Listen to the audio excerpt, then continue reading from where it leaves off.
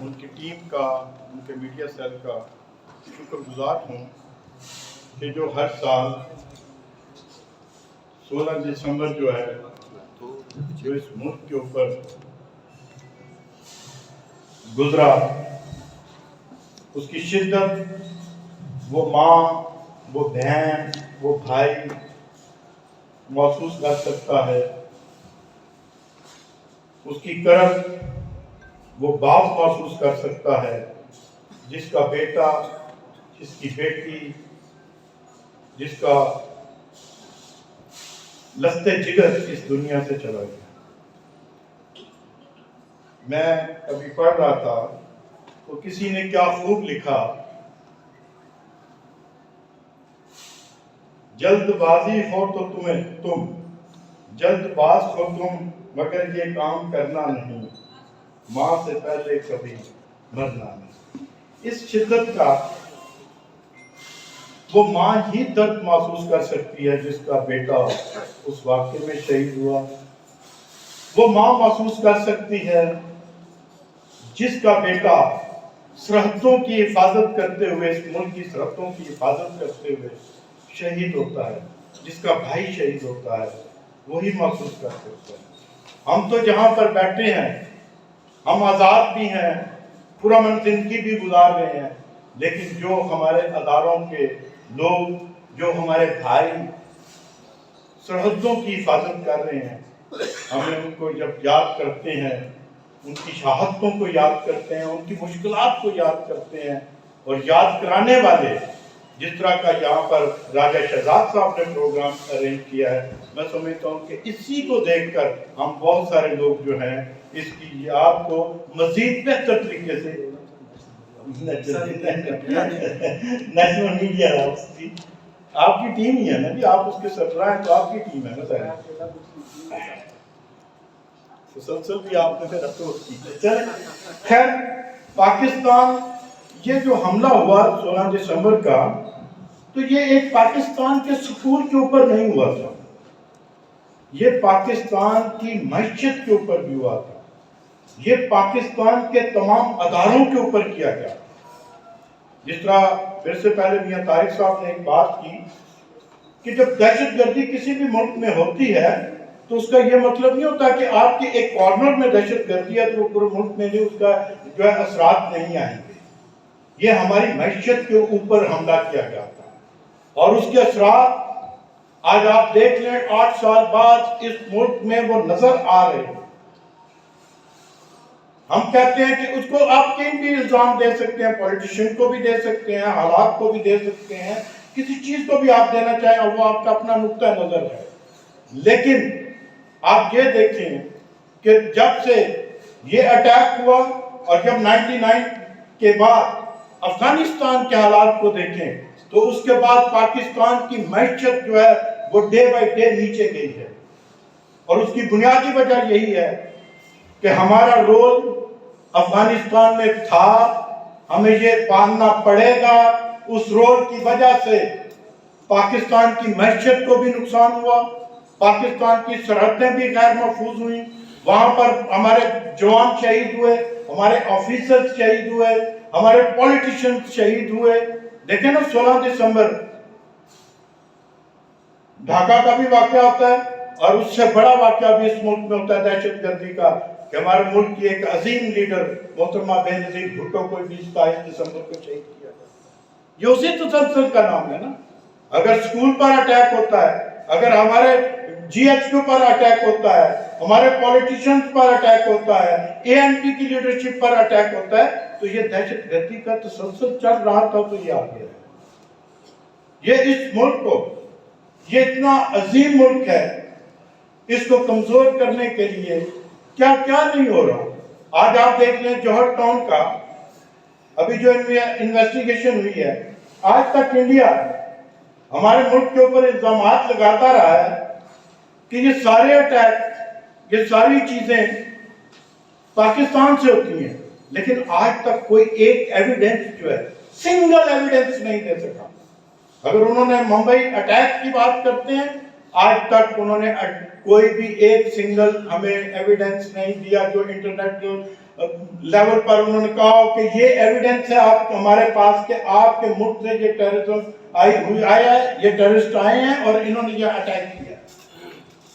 اجمل قصاب کو کیوں وہ فوراً جو ہے ہینگ کر دیتے ہیں؟ اس لیے کہ جب انٹرنیشنل لیول پر اس کی انویسٹیگیشن ہونی تھی، اس انویسٹیگیشن سے وہ چھپنے کے لیے انہوں نے اس کو نہیں، اس کو ہینگ کر کہ حقائق سامنے نہ آئے۔ اسی طرح آپ دیکھتے ہیں گلبھوشن کو، اسی طرح آج جوہر ٹاؤن کی جو انویسٹیگیشن ہوئی ہے، میں اپنی گورنمنٹ کو، اپنے اداروں کو سلام پیش کرتا ہوں کہ انہوں نے ایویڈنس کے ساتھ، مکمل ایویڈنس کے ساتھ جوہر ٹاؤن کا جو اٹیک ہوا تھا جس میں ہمارے بھائی بہنیں بچے شہید ہوئے، اس کو آج پوری دنیا کے سامنے لے کر آئے۔ آج انڈیا کسی فورم کے اوپر کھڑے ہو کر اس کا جواب نہیں دے سکتا۔ میں سمجھتا ہوں کہ ہمارے ادارے بڑے بہتر طریقے سے کام کر رہے ہیں۔ اتنی بڑی دہشت گردی کا مقابلہ کرنا بہت مشکل کام تھا، جہاں بلینز میں ہماری معیشت کو نقصان پہنچایا جا رہا ہو، جہاں پر ہمارے جوان شہید کیے جا رہے ہوں، جہاں پر آئے روز کبھی پشاور میں اٹیک، کبھی بلوچستان میں اٹیک، کبھی پنجاب میں اٹیک، لاہور میں اٹیک۔ تو اس وقت ان حالات میں اپنے ملک کو آگے لے کر جانا، میں سمجھتا ہوں کہ یہ بہت بڑی بات ہے۔ میں یہ جو واقعات ہوئے ہیں 16 دسمبر کا، اس نے ایک ہی، باقی بہت سارے واقعات پہ ہم اکٹھے ہوتے رہتے ہیں، ملادہ بھی ہوتے ہیں، سیاسی جماعتیں، جس طرح نیشنل میڈیا ہاؤس کا یہ کارنامہ ہے کہ یہاں پر ہر سیاسی جماعت سے تعلق رکھنے والے،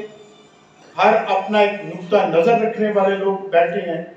یہ کیوں بیٹھے ہیں؟ یہ 16 دسمبر کے واقعات نے ہمیں بٹھایا ہوا ہے۔ اگر سیاسی پلیٹ فارم ہوتا تو میں بھی شاید میں نہ آتا، ہو سکتا ہے کہ کوئی اور شخص یہاں پر نہ تشریف لاتے۔ یہ ایک 16 دسمبر کا واقعہ ہے جس نے ہمیں سب کو اکٹھا کر دیا، اور یہاں پر نہیں اکٹھا کیا۔ جب یہ واقعہ ہوا تھا تو پاکستان کے ہر ادارے کو، پاکستان کے ہر پولیٹیشن کو، پاکستان کی ہر مذہبی جماعت کو، ہر پاکستان کے اس مذہبی جماعت کے کارکن کو ایک پلیٹ فارم پر اکٹھا ہوئے تھے جب یہ واقعہ ہوا تھا۔ تو میں سمجھتا ہوں کہ جہاں ہم بہت سارے واقعات پر اکٹھے نہیں ہوتے، اللہ کا ہمارے اوپر ایک امتحان آیا، اس امتحان نے ہم سب کو اکٹھا ہونے پر مجبور کر دیا، اور جو ہمارا اندر ایک نقطہ نظر تھا اپنا اپنا کہ گڈ اور بیڈ، وہ بھی ختم ہوا، اور ایک پوائنٹ پر ہم نے اکٹھے ہوئے اور ہم نے اس دہشت گردی کا مقابلہ کیا۔ میں سمجھتا ہوں کہ اللہ سے ہمیں دعا کرنی چاہیے، اور ان والدین کے لیے صبر جو اللہ تعالیٰ نے